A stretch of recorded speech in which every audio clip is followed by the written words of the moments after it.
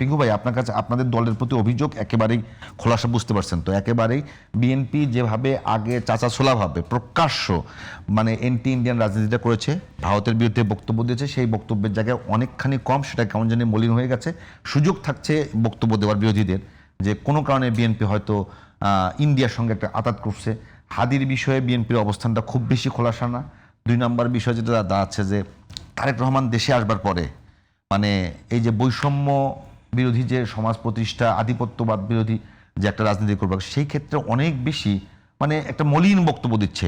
এইটার মধ্য দিয়ে কি প্রমাণিত হয় না যে বিএনপি কোনো কারণে ভারতের অনুকম্পা চাচ্ছে?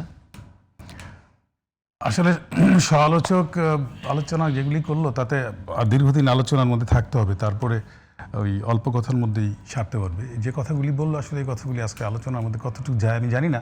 আপনার কথার উত্তর আমি দেই।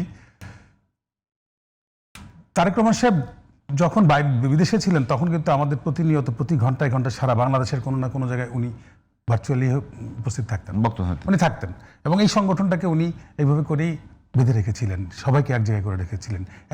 একটা নেতা নাই যে বিএনপি থেকে এদিকে ওদিকে হয়ে গেছে, ওনার নেতৃত্বেই ছিল।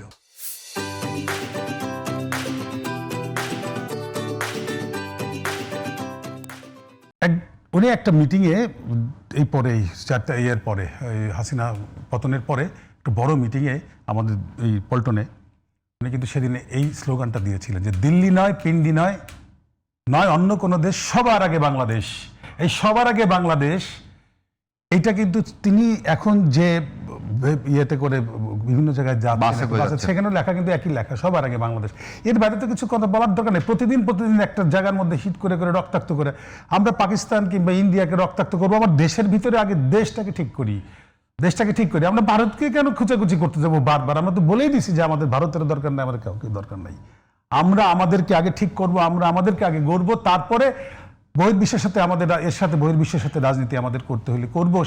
সেটা দেশনেত্রী বেগম খালেদা জি আমাদেরকে বলে দিয়ে গেছে যে আমাদের বিদেশে কোনো প্রভু নাই, আমাদের বিদেশে বন্ধু থাকতে পারে। ওই তো আমরা তো আগেই বলে দিয়েছি আমরা কি করবো। নতুন যারা রাজনীতিতে আসছে তারা অনেক কিছু জানতে চায়, শুনতে চায়, তাদের আলোচনা করতে